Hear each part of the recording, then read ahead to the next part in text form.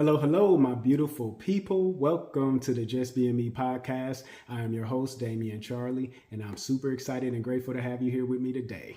So, let me explain to you what you can expect from this podcast. This is a spiritual podcast, one in which I'll be interviewing other spiritual people or people who are going through a spiritual awakening. And I figure what better way to start the podcast off than answer the questions that I'll be asking my guests. So let's get started. And actually, before we get started, let me explain the name. Just Being Me, have being capitalized to emphasize who I am, which is a divine being living a human experience. We all are. There's a lot more to us than what we've learned throughout life. So the being is capitalized to put emphasis on the noun. It's not like he's being difficult or she's being difficult. We're not using it as a part of a verb. I'm using it as a noun just to put emphasis on us, which are divine beings. So let's get started. First question.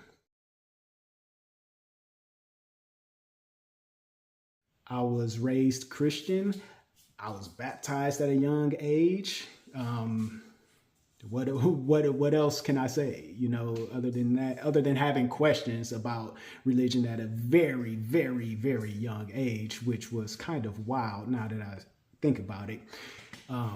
My childhood was normal, pretty much. My one thing about church, you don't have to go to church to worship God. We'll touch more on that later on.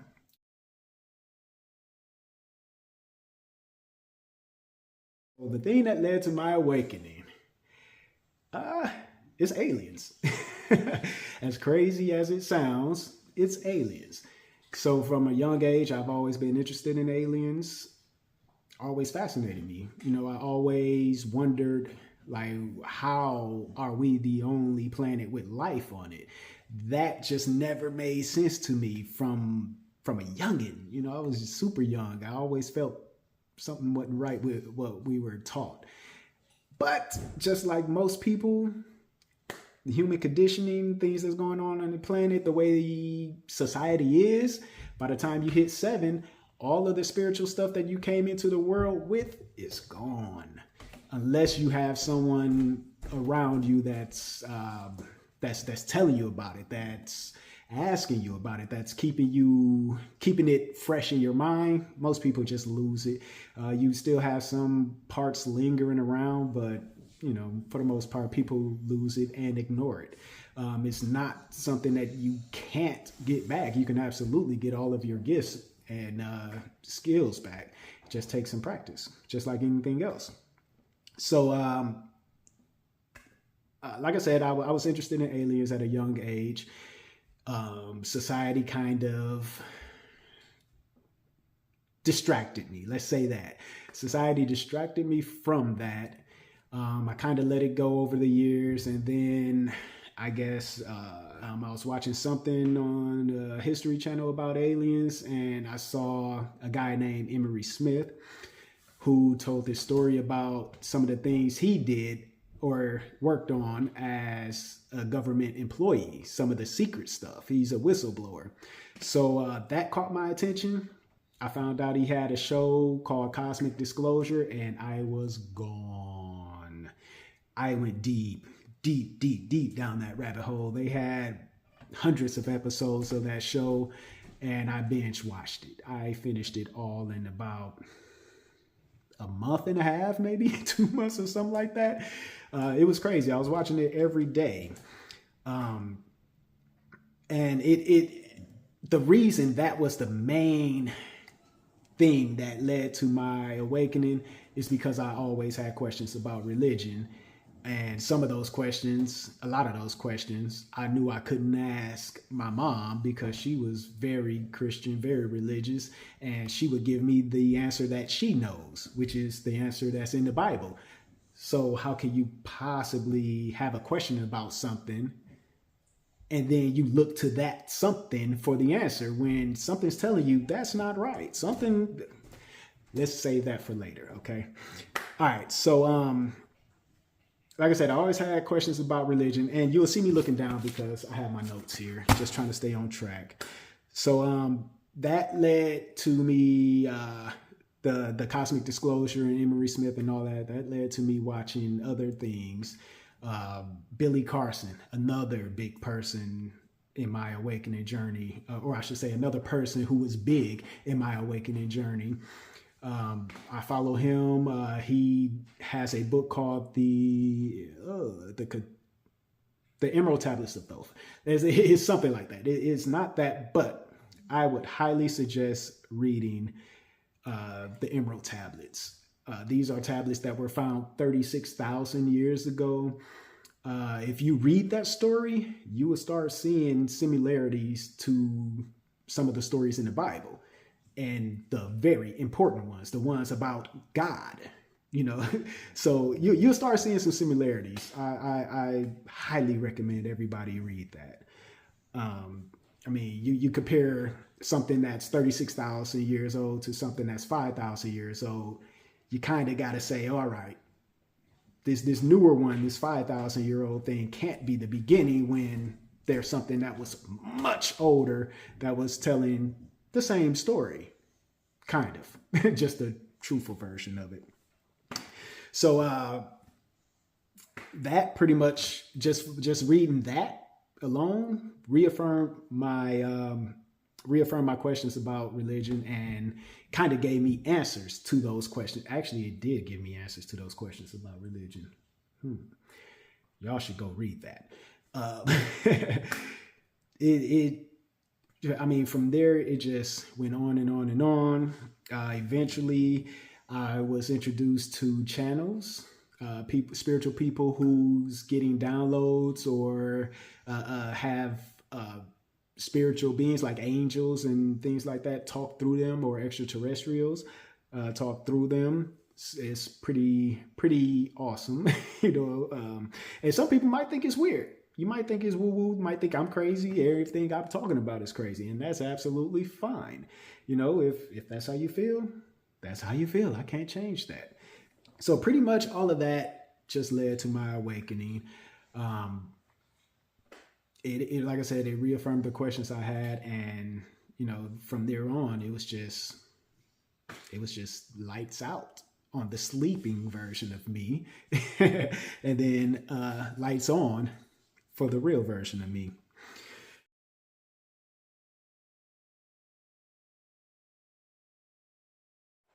After awakening, I became obsessed with spirituality. I just follow a lot of spiritual podcasts, a lot of spiritual people. Anything with spirit I am very interested in. I even enrolled in college. I went to MIU for consciousness and human potential. I was only there for a semester and a half because time restraints and work, and it was just too much for me.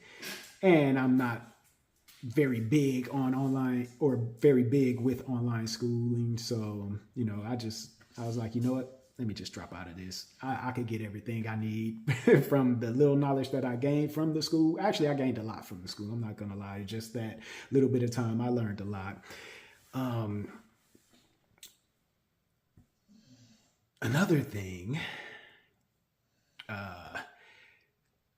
since awakening, I have less anger, definitely less alcohol intake. Actually, I barely drink now. And those were the two big things for me. Anger, controlling my anger, because your anger could get you in trouble. My anger has caught me a case, not fun. And then alcohol, same thing, get you in trouble. I got 2 DUIs on my record. Ashamed of it? No, absolutely not. It happened. I think I had to go through that. I had to go through that hard time in order to learn something. And I definitely learned my lesson. But after awakening, I don't care for alcohol like that. I used to be an alcoholic. I used to drink every single day. It got bad. At one point, I found myself crying sometimes at night. Like, why am I killing myself? I was crying because I knew all that drinking I was doing was killing myself, but I couldn't stop. You know what I'm saying? Addiction is a motherfucker. So, you know, that's one of the things I'm very proud of and happy about this awakening journey. Like, I went from drinking every day to drinking, I don't know. I go weeks without drinking. Let's just put it like that. You go from every day to doing it, to going weeks without it, without even wanting it. And actually, I'm at the point now where I started, where I still drink, but it's very rare. And I can also drink and not relapse like, you know, most people would expect. Oh, you know, if you were an alcoholic, you should never drink again. Nah. I've awakened. And mind power. Mind power is how you beat anything. And it takes it. Trust me. But yeah, like I said, I could drink. A good example, a few weeks ago, I had 2 birthday parties in one weekend. One day I went to one, drank. Next day, went to the other, and I didn't drink. And I was still with the same group of people, the same group of friends. So I won. Fuck you, alcohol. I won. Nah, I ain't gonna say that. I was about to say that favorite word from Too Short, but let's keep it going. I've become a lot more patient in life with everything and everyone. Meditation has been big. I mean, any person who's awakened would tell you meditation is huge. Now I long for meditation like I used to long for alcohol. Like I absolutely meditate every single day. I try to do it more than once a day. My goal is twice a day, once in the morning before work, once after. It doesn't always happen that way or in that fashion. Sometimes I have to cut my 20-minute meditation down to 5, but that's okay. Some meditation is better than none. I highly recommend it. From meditating, it helps. It helped me notice truths about myself. And it can help, it helps anyone. A good example of that is one day, my kids did something. I have teenage boys, and they did something that I didn't like. And I kind of got on them about, I got on them. You know, I called them and was like, talking all that, you know, just mad about what they did. So then later on that day, when I got home and meditated, that the what they did came up in my meditation. Of course, you can only imagine. And just like most people, and when it first came up, I justified it.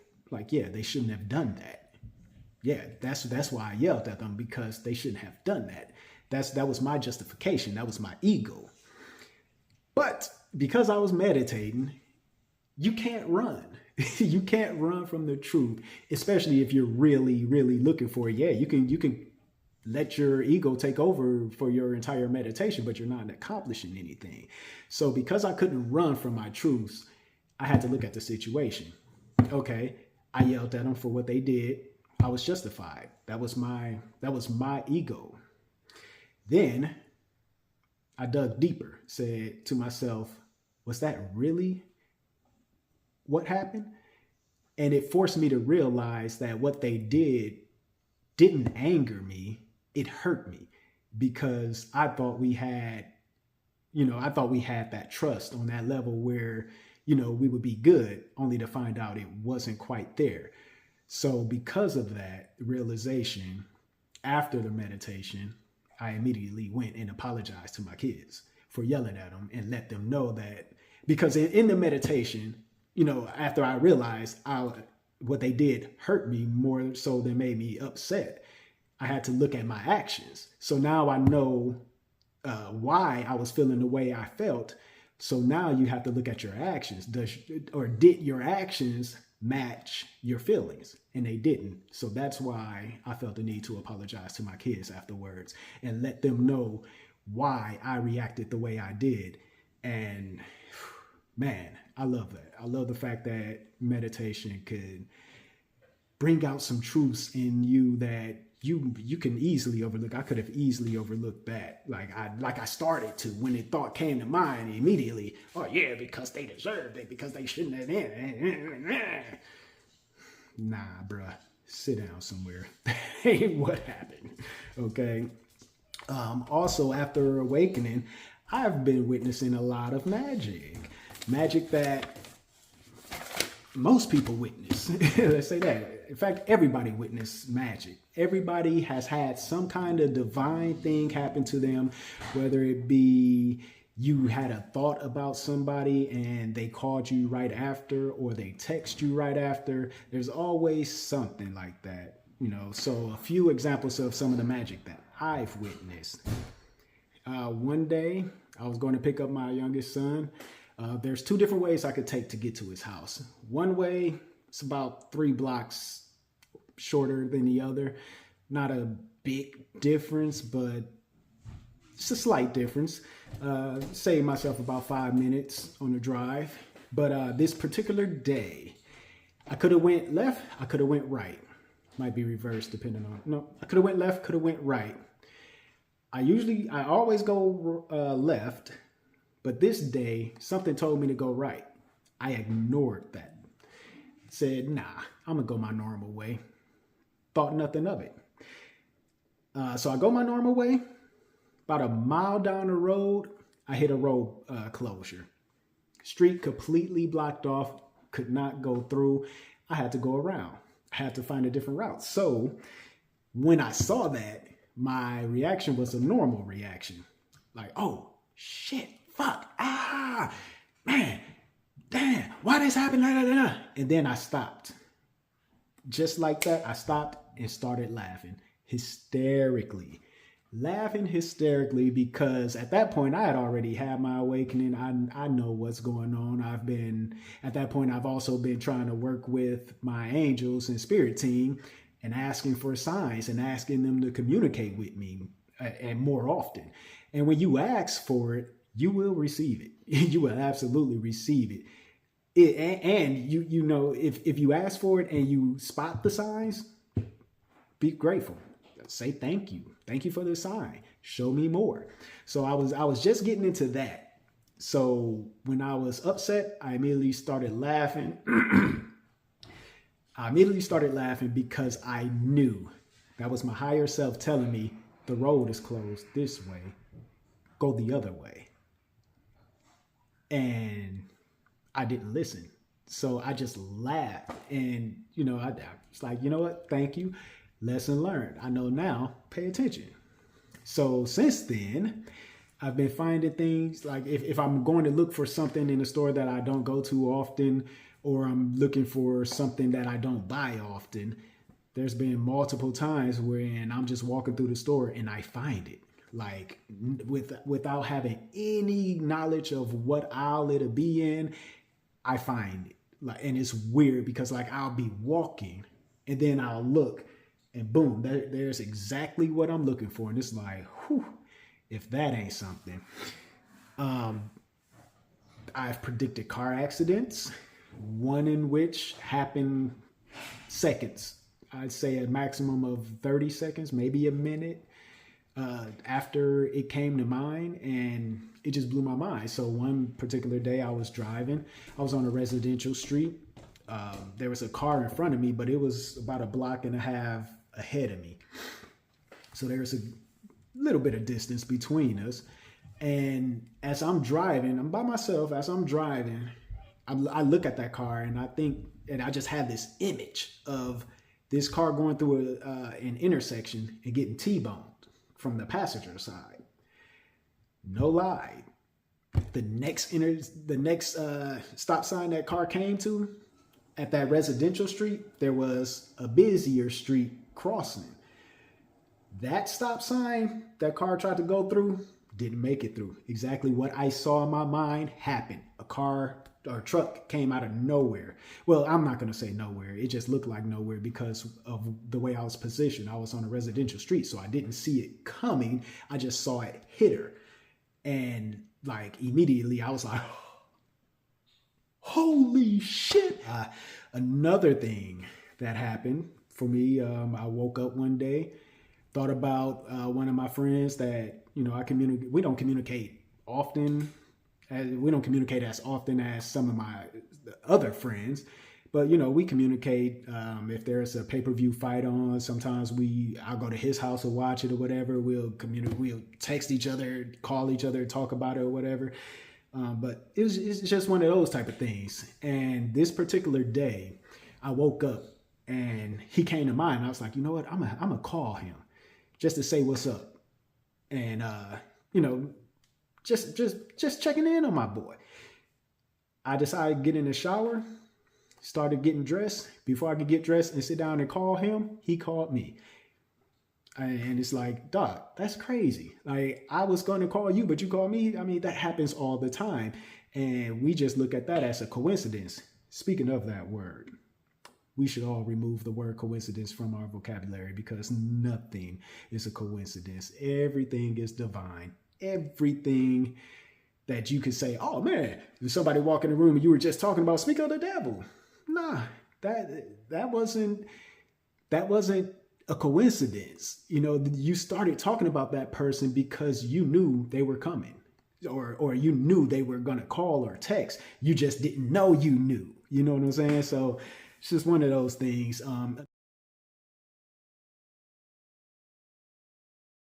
People tell me I'm more calm, I'm more reserved. There's been a time when I picked my son up. He was like, you know what, Dad? I see everything you was telling me about energy and stuff is true, because I've been smiling since I got in the car with you. I don't know what it is. I guess I could feel your energy, but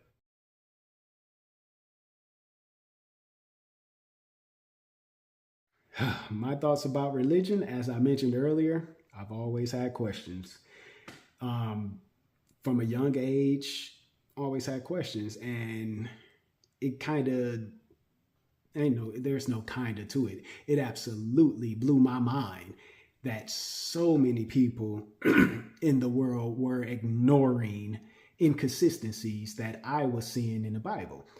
I mean, the biggest one for me is unconditional love. In the Bible, it talks about God being having unconditional love for everyone, for all things. But then you have judgment. Those two don't go together. Like, unconditional means there is absolutely nothing you can do to make me hate you. So if that is the case, how could it possibly be something that you could do to make God, or source? I like to call it source. And I say it because God is not a male or female. God is all there is. God is love. God is energy. God is consciousness. God is everything. God is love God is feminine and masculine energy. Okay, that's what God is to me. There is no gender on the other side. There is no boy or girl or man or woman on the other side. It's just spirit. It's just divine beings. It's just energy, which is what we are now. But that it just never resonated with me how God could have unconditional love for everybody, yet there's multiple stories in the Bible of him killing a whole nation, like wiping out civilizations. What kind of all-loving God does that? Makes absolutely no sense to me. I have, and I'm not just picking at Christianity. I mean, I've read other religious texts like the Holy Quran. I didn't read the whole thing, but I read a good portion of it. And the little portion that I read, I didn't even read 1/4 of it, to be honest. That it's just one of those things that I just never got around to finishing. But in reading it, just a little bit I read, for me, things were making more sense than the Bible, than a Christian Bible. That book, it just has so much death and destruction in there, hell, which is not real. All that stuff to scare us. It's all a control tactic. Don't get me wrong, there are some truths in there. There are a lot of truths in there, but there are also just as many lies, if not more. Another thing that kind of stood out to me is how in Genesis, the book of Genesis 3:22, God said, after Adam and Eve ate the apple, God said, now these human beings have become like one of us. And he was talking to the serpent when he said that. Or I'm going to say he just for the Bible's sake, because the Bible was written as God being a man. So I'm going to say he just for the Bible's sake. But when God was talking to the serpent, he said, now these human beings have become gods like us, knowing the difference between good and evil. And then later on, you got him saying the 10 Commandments, which are don't worship any other gods, for I am a jealous God. I am the only God. Well, if you're the only God, there's no other gods for you to be jealous of, is there? Nah, that didn't make sense to me. It was just too much for me. If I come across a human like that, someone who says one thing in 1 minute and then another the next, I'm thinking, okay, there's something wrong. Like 1 minute you're okay with this, next you're not. There's something wrong. And typically when we encounter people like that, most of us try to distance ourselves from them. Most of us point out the lies and inconsistencies in their stories. So why don't we do it with religion? Because they scared us. They scared everybody. Like I said, I always had questions about religion, but I was scared to ask them. I was even afraid to look for a little while. I mean, I got over that fear of looking and investigating for myself, which is the best thing you could possibly do. I mean, if you don't believe what I'm saying, you can't deny what I've stated, which is written in the Bible. At one point, God is unconditional love. He loves everybody the same, no matter what. But then another, there's judgment. Those two don't go together. You can't have them. And it blew my mind because no one was asking these questions. Like, and me being a young boy, I'm looking at everybody like, you see it? Do you see this? Like right here and then right here it says something different. Like I'm waiting for everybody else to be like, hey, wait. That doesn't make sense. But it doesn't happen because I think everybody is too afraid. Fear is big in the world. It is on its way out. Fear is on its way out. I mean, the second coming, that's one thing that most Christians, well, all Christians, I'm going to say all Christians look forward to the second coming because it's this great thing that happens where God comes back to earth and ends all wars and all of that stuff. And then at that point, we have heaven on earth. So let me just say this.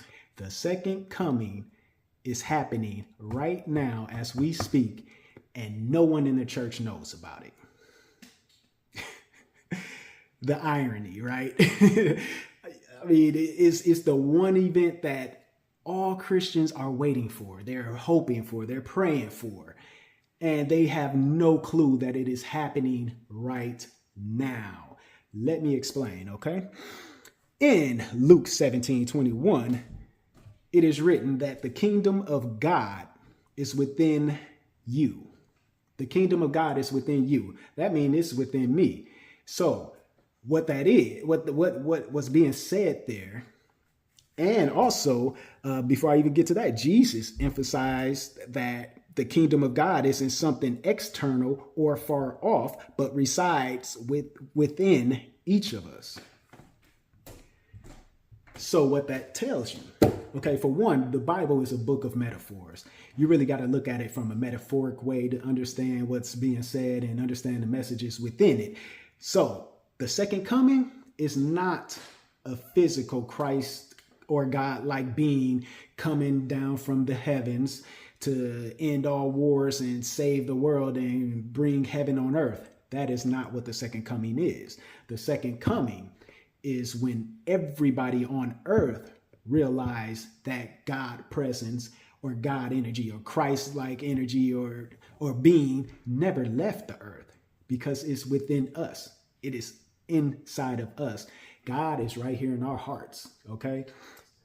We are all bits of consciousness, which is God, okay? So you hear about people waking up more and more every day.